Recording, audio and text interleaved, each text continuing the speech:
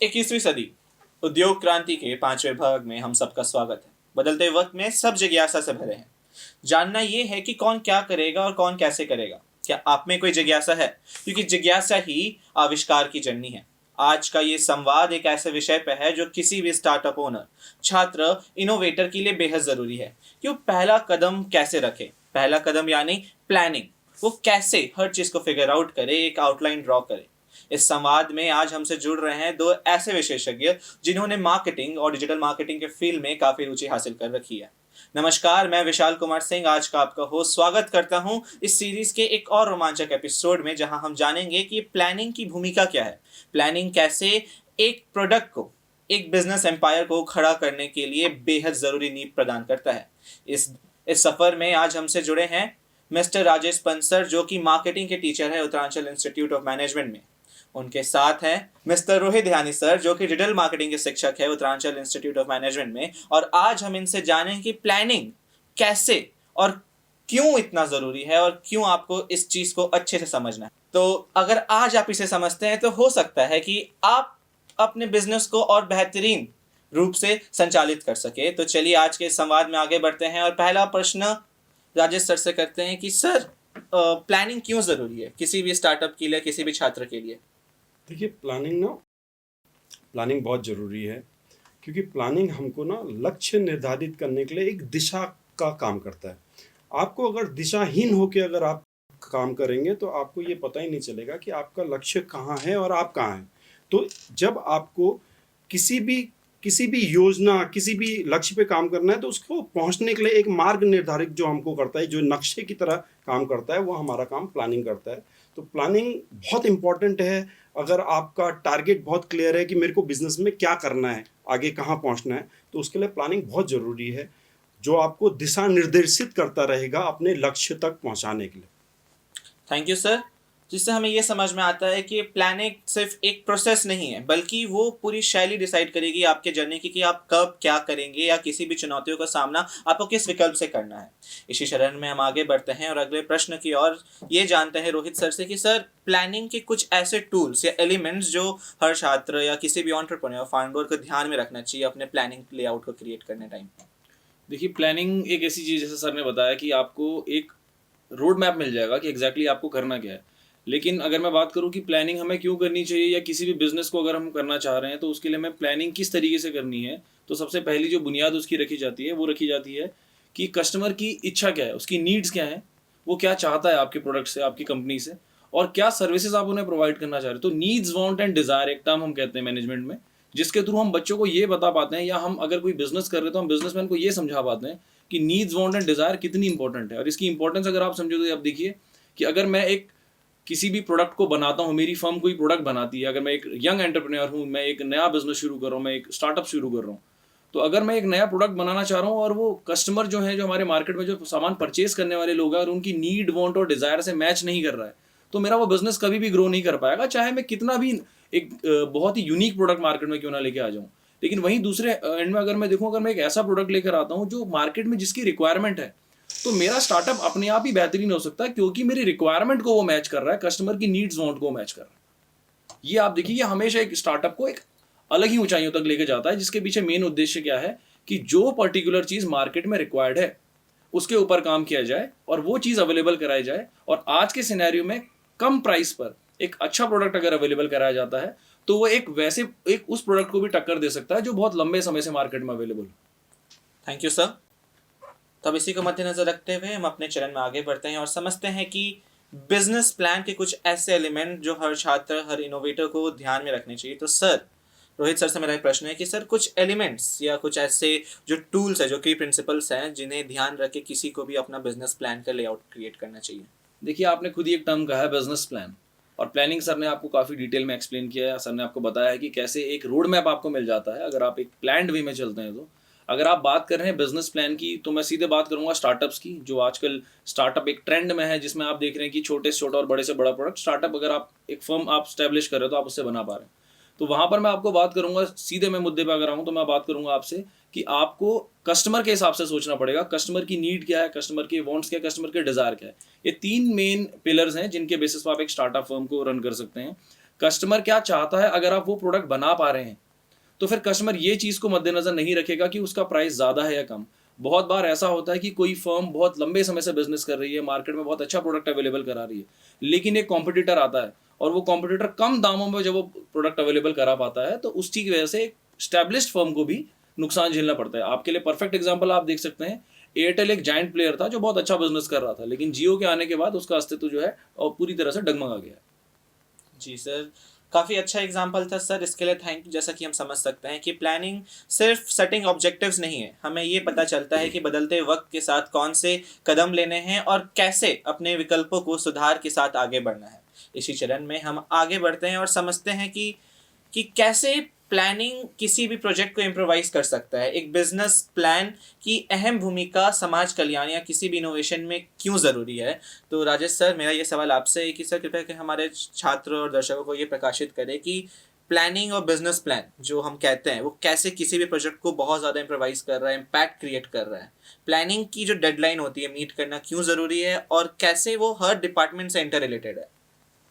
देखिए, बहुत अच्छा सवाल है आपका, टेक्निकल क्वेश्चन है। देखिए, प्लानिंग, सबसे पहले हम लोगों ने समझा कि प्लानिंग एक रोड मैप है आपको अपने लक्ष्य तक या टारगेट तक पहुंचने के लिए। अब प्लानिंग को कैसे इम्प्रोवाइज करते हैं हम? इम्प्रोवाइज मतलब कैसे उसको बदलते समय के साथ उसको बदलते रहते हैं ताकि आपका लक्ष्य मिलता रहे। क्योंकि जब हम बात करते हैं बिजनेस की, तो हर चीज़, अगर आप ग्राहक की तरफ से देखें चाहे बाजार की तरफ से देखें, दोनों चीज़ बदल रही हैं, वक्त के साथ बदल रही हैं। तो ऐसा नहीं हो सकता जो प्लान मैंने आज बनाया है वो आज से 1 साल के बाद भी वैसे ही चलेगा।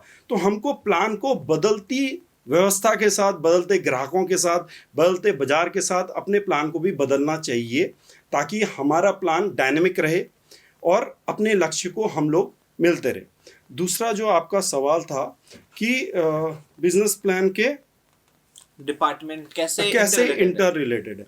देखिए, जब भी हम बिजनेस की बात करें तो बिजनेस में बहुत सारे डिपार्टमेंट्स होते हैं। डिपार्टमेंट्स इकाइयाँ होती हैं किसी भी बिजनेस की। जैसे मैं एग्जांपल के लिए बोल रहा हूँ, फाइनेंस एक ऐसा डिपार्टमेंट है जो सिर्फ फाइनेंस देखेगा। एचआर डिपार्टमेंट वो है जो एम्प्लॉयज़ के बारे में देखेगा कि एम्प्लॉयज़ आप ऑन हायर ला रहे हो, एम्प्लॉयज़ कंपनी में आ रहे हैं, काम कर रहे हैं, अच्छे से काम कर रहे हैं और उनको उनके बेनिफिट्स भी आप प्रोवाइड करा रहे हो। फिर उसके बाद आपके और भी डिपार्टमेंट हैं, जैसे आपका सेल्स डिपार्टमेंट है, मार्केटिंग डिपार्टमेंट है, ये बहुत सारे डिपार्टमेंट होते हैं। टेक्निकल डिपार्टमेंट है, आपकी R&D डिपार्टमेंट है। अब हम लोग जब एक बिजनेस को चलाते हैं तो बिजनेस एक परिवार की तरह चलता है। ये सारे जो डिपार्टमेंट है ये इकाई है जो अगर साथ में नहीं चले तो आप कभी भी अपने लक्ष्य तक या टारगेट तक नहीं पहुंच पाओगे। तो ऐसा नहीं है कि फाइनेंस अलग है। फाइनेंस जब तक पैसा नहीं अलॉट करेगा तब तक आपकी मार्केटिंग का या एडवर्टाइजमेंट का कुछ नहीं हो सकता। मार्केटिंग वालों को फाइनेंस से पैसा चाहिए तभी वो मार्केटिंग कर सकते हैं। इस तरह से ही अगर आप देखें HR, अगर वो अच्छे एम्प्लॉय नहीं रख पाए कंपनी में तो आपकी कंपनी प्रगतिशील नहीं रहेगी, प्रगति कर ही नहीं पाएगी। तो ये सारे जितने भी डिपार्टमेंट हैं, चाहे फाइनेंस है, सेल्स है, मार्केटिंग है, HR है, R&D डिपार्टमेंट है। R&D डिपार्टमेंट जहाँ नई नई चीज़ों का आप प्रोडक्ट का रिसर्च एंड डेवलपमेंट करते हो और नए प्रोडक्ट को लॉन्च करते हो, ये R&D डिपार्टमेंट का काम है। ये सारी इकाइयाँ एक दूसरे के साथ मिली हुई हैं। अगर ये साथ रह के काम करेंगे तभी आप अपने टारगेट तक पहुँचेंगे। अगर ये बिल्कुल अलग अलग काम करेंगे तो इनके बीच कोऑर्डिनेशन नहीं होगा तो आपका बिजनेस कभी भी सफल नहीं हो सकता। Thank you sir. सर ने बिल्कुल ठीक कहा, जैसा हमने अपने पिछले एपिसोड में जाना था कि क्यों बेहद ज़रूरी है आज के डेट में इंटरडिसिप्लिनरी मैनेजमेंट करना, कि हर नीश से एक डिपार्टमेंट जो कोई कोडिंग कर रहा है, कोई प्रोडक्ट बना रहा है, कोई मार्केटिंग कर रहा है, कोई फाइनेंस कर रहा है, तो सब चीज़ को जो बाधित करके रखता है वो होता है बिजनेस प्लान। कि पूरे सारे डिपार्टमेंट कैसे फंक्शन करेंगे एक ऑब्जेक्टिव के लिए और एक ऑर्गेनाइजेशन के लिए। तो इसी क्रमांक में हम आगे बढ़ते हैं और समझते हैं रोहित सर से कि सर मार्केट में अगर कोई भी नया छात्र कोशिश करे प्लान बनाने का, बिजनेस प्लान तैयार करे, तो कुछ टूल्स या संसाधन या प्लेटफॉर्म है जिससे वो उसको यूज़ करके बहुत अच्छा प्लान का लेआउट क्रिएट कर सकता है और अपने आइडियाज़ को भी आगे बढ़ा सकता है। सर कृपया करके मार्गदर्शन करें। देखिए, अगर मैं आपसे बात करूँ टूल्स की, तो आज की डेट में मैं आपसे पहले भी स्टार्टअप के बारे में बात करता हूँ, दोबारा स्टार्टअप की बात करूँगा। स्टार्टअप करना इस समय के अवधि में बहुत बड़ा काम नहीं है। आप देखेंगे आपको वेबसाइट बनाना, वर्डप्रेस के थ्रू आप वेबसाइट बना सकते हैं, बहुत आसानी से बनाई जा सकती है। दूसरा, आप देख रहे हैं आज की डेट में हर प्रोडक्ट आपको ऑनलाइन अवेलेबल है। मैं बताऊंगा आपको, हरिद्वार का एक लड़का है जिसने गंगा जल ऑनलाइन बेचा है एंड लोग उसको खरीद रहे हैं। तो उसने ये बिजनेस अपॉर्चुनिटी फाइंड आउट करी कि अगर कोई हरिद्वार तक नहीं आ पा रहा है तो वो देश के एक कोने से दूसरे कोने तक सामान को पहुंचा पा रहा है। तो ये होना बहुत ज़्यादा ज़रूरी है। अगर आप किसी प्लेटफॉर्म की मदद से ये चीज़ अवेलेबल करा सकते हैं तो बहुत अच्छी बात है। गांव देहातों में आज भी उपले बनाए जा रहे हैं, वही सेम चीज़ ऑनलाइन आपको फ्लिपकार्ट अमेजोन पे मिल रही है, और जो कंपनी उसे बना रही है वो बहुत अच्छे दामों पे उसे बेच रही है और पैसा कमा रही है। तो स्टार्टअप करना या कोई बिजनेस करना it's not a very big deal. मुद्दा ये है कि क्या आप उस अपॉर्चुनिटी को ढूंढ पा रहे हैं, और उसको ढूंढने के बाद आप उसे कहाँ बेचना चाह रहे हैं। आज के समय में ऑफलाइन मार्केट में सामान बेचने से आसान है ऑनलाइन मार्केट में सामान बेचना। तो कोई भी कंपनी, अगर कोई भी बिजनेस प्लान आपका है, उस बिजनेस प्लान को आपने बनाने के बाद आपको सबसे पहले ये जानना जरूरी है कि मैं इस बिजनेस को ऑनलाइन मोड पे करूं या ऑफलाइन मोड पे। आसान है ऑनलाइन मोड पे करना, ऑफलाइन मोड पर आप कितनी भी चीज़ों को प्रमोट कर लें, आपको ये कभी भी जानकारी नहीं मिल पाएगी कि कितने लोग उस पर्टिकुलर इंफॉर्मेशन से सेटिस्फाई हुए हैं। लेकिन ऑनलाइन मोड पर अगर आप वही सेम चीज़ करते हैं तो आपको ये गिनती तक पता चल जाती है कि किस राज्य में, किस शहर में, किस सिटी में कितने लोगों ने उस पर्टिकुलर पोस्ट को देखा, उसको समझा, और उसके बाद उन्होंने ये चीज़ अडेप्ट करी और ये चीज़ को, इस जानकारी को लिया कि हाँ ये जानकारी सही है या नहीं। तो जितनी ज़्यादा आप इलेबरेटेड मोड में डिजिटल मार्केटिंग के थ्रू जा सकते हैं, ऑफलाइन मोड में उतना आपको नहीं मिल पाता है। और स्टार्टअप की दुनिया में शायद ये एक बहुत बेहतरीन ऑप्शन है, डिजिटल मार्केटिंग के थ्रू जाना, डिजिटल प्लेटफॉर्म्स के थ्रू जाना और अपने सामान को वहाँ अवेलेबल करा के मैक्सिमम से मैक्सिमम जनता तक अपना सामान पहुँचाना। जी, तो जैसा हम सब समझ सकते हैं कि ऑनलाइन और ऑफलाइन में क्या डिफरेंशिएशन किया जा सकता है, और कैसे आज के बदलते युग में सब चीज़ है हमारे पास। ओपन वर्ल्ड के ज़माने पे गूगल मेटा के थ्रू आप अपना खुद का ऑनलाइन स्टोर खोल सकते हैं, उसे एडवर्टाइज कर सकते हैं और वहाँ से अपनी जर्नी स्टार्ट कर सकते हैं। पर सब चीज़ करने के लिए अगेन आपको एक प्रॉपर बिजनेस प्लान की ज़रूरत होगी, चाहे आप ऑफलाइन कर रहे हो या ऑनलाइन। इसी क्रमांक में हम आगे बढ़ते हैं और समझते हैं कि सब बिजनेस प्लान कोई भी बना लेता है तो ये ज़रूरी नहीं कि वो एक बार में फिक्स होके एग्जीक्यूट हो जाए, तो उसे परीक्षण करने की ज़रूरत पड़ती है, आइडिया प्रूफिंग लगती है। तो आप हमारे छात्रों को प्रकाशित करके कैसे वो अपने प्लान को आइडिया प्रूफिंग और रीजनेबिलिटी की ओर से ले जाए। देखिए, कभी भी बिजनेस प्लान होता है, बिजनेस प्लान सबसे पहले एक प्लानिंग होती है। प्लानिंग मतलब अभी योजना सिर्फ कागजों में है, या फिर हम लोग कह सकते हैं कि वो एक ब्लूप्रिंट है किसी प्रोडक्ट।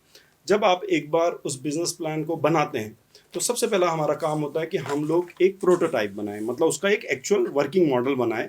फिर उस एक्चुअल वर्किंग मॉडल में क्या खामियां हैं या वो उसमें क्या कमियां हैं जिसको हमको उजागर करना है, उसके लिए हमको उसका टेस्टिंग करनी पड़ती है। टेस्टिंग के लिए आप कुछ ऐसे लोगों को ढूंढ सकते हैं, कुछ ग्राहकों को ढूंढ सकते हैं, या फिर अपने ही परिवार, समाज, स्कूल या अपने मित्रों में ऐसे लोगों को ढूंढ सकते हैं जो उस प्रोडक्ट को यूज़ करके आपको बता पाए कि अभी भी इसमें क्या कमियां हैं या ये परफेक्ट हो गया है। वैसे कोई भी चीज़ पहली बार में कभी भी परफेक्ट नहीं बन सकती, क्योंकि हर चीज़ को क्या चाहिए होता है कि लगातार we need to increase its productivity, या वी नीड टू इंक्रीज उसकी फ़ायदे बढ़ाते रहें हम लोग।